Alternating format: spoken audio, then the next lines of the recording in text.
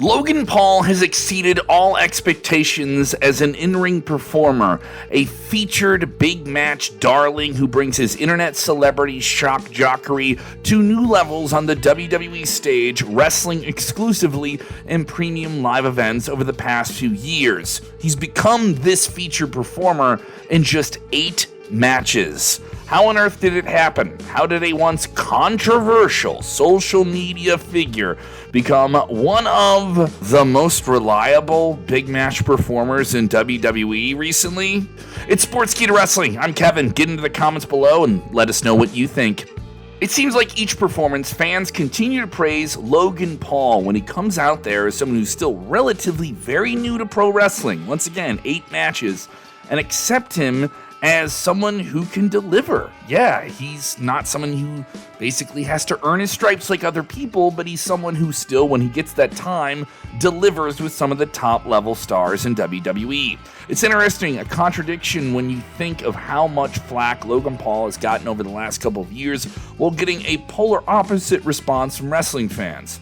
Make no mistake about it, they're still booing him because he's the villain, he's playing his role. But not in a way of saying, we don't want you here, but it's now more converted to a, damn, you're good at making yourself a hateable bad guy. But there's no real question of what he can do bell to bell. His in-ring debut at WrestleMania 38 in a tag team match with The Miz versus the Mysterios to his United States title win against Rey Mysterio. He's wasted no opportunity to let the world know how much he's putting into his wrestling despite his busy schedule, which sometimes includes quote-unquote boxing matches on pay-per-view. Yeah, we'll let you argue about that in the comments. Logan Paul and WWE somehow turned out to be the perfect fit for each other.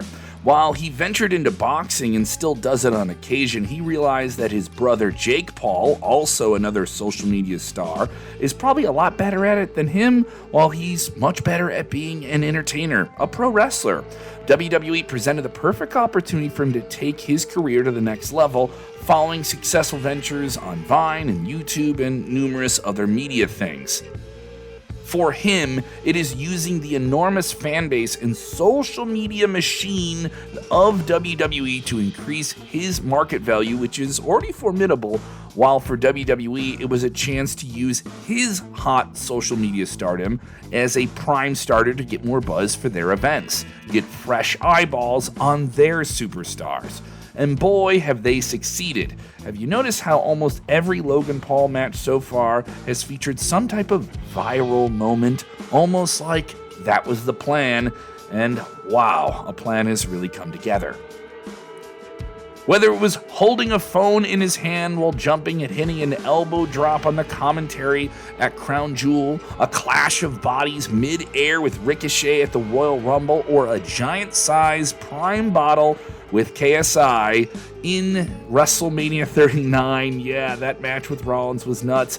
He has been successful in getting that much valued social media traction that WWE desires and values so much, and he delivers for it while also delivering what he needs to do in the match. You can argue, oh, he hasn't earned it, but when he takes the time, he maximizes the minutes. Basically, if you're a Logan Paul fan tuning into WWE for the novel, just naive approach of it, he's going to give you something to talk about. If you're a hardcore WWE fan who hates Logan Paul and how is he getting that spot, he's going to give you something to remember too.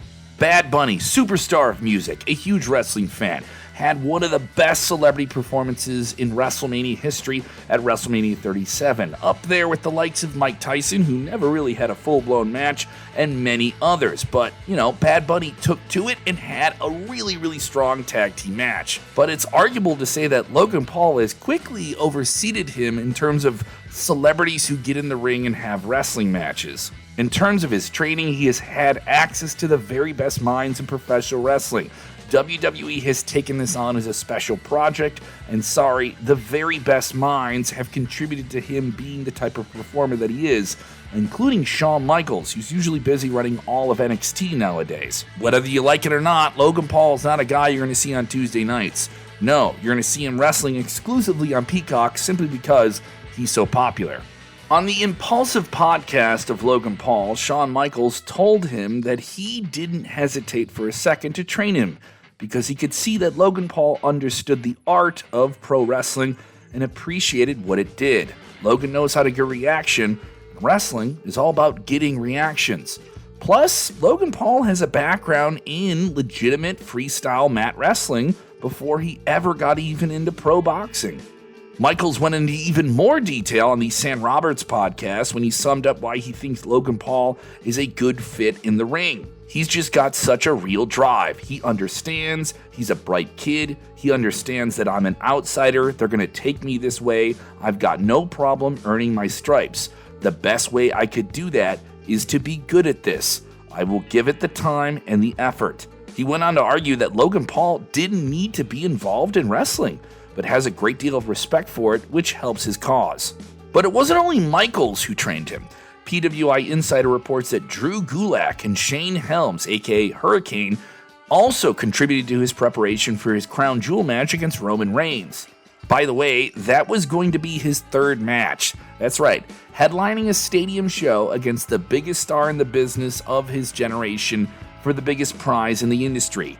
And it's the third time you've ever stepped in the ring. Gulak even revealed that he was sent to Puerto Rico to train Logan Paul.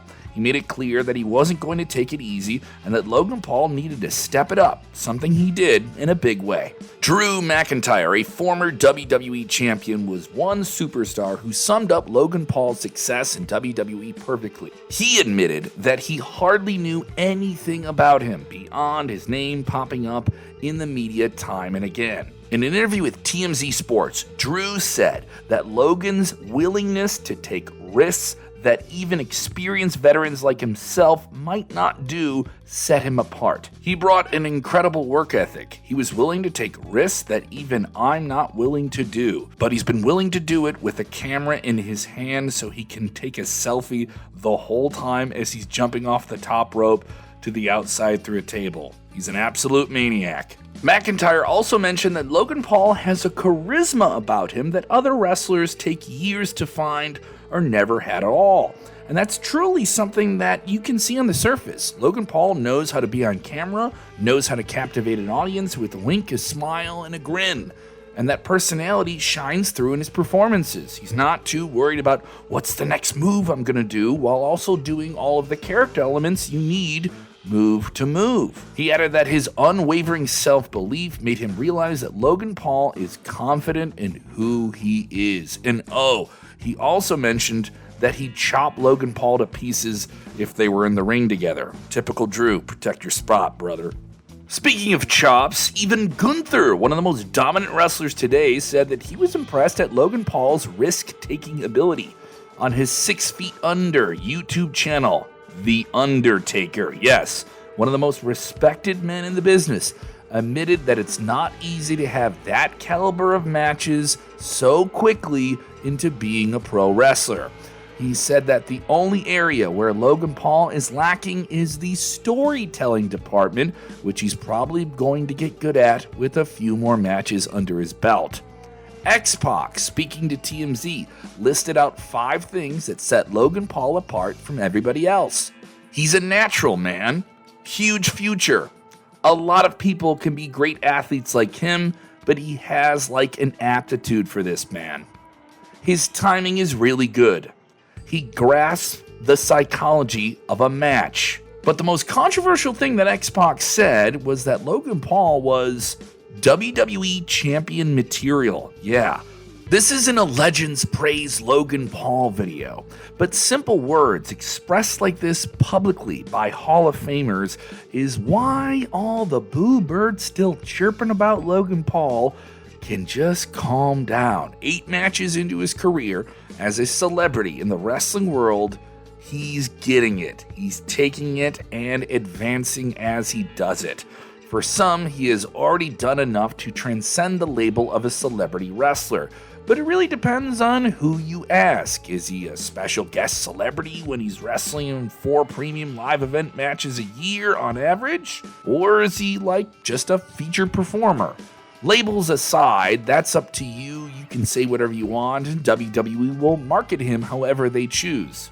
but it's clear he's immersed himself within the WWE bubble and is one of the only stars who gets to step out of it on occasion. Also, that in-and-out presentation makes the times when he's in the ring feel special simply because he's not there all the time. The best way to end it all is by giving you an idea of how Logan Paul's mentality, with his own words from his own mouth, express how truly confident he is with his wrestling career. After my first match, he, Vince McMahon, came to me backstage and said, "Your future is here." I understand the weight of those words coming from him. So to be honest with you, if I wanted to be the face of the WWE and if I wanted to give this industry my all, I could. I know I could. It's just a decision I have to make.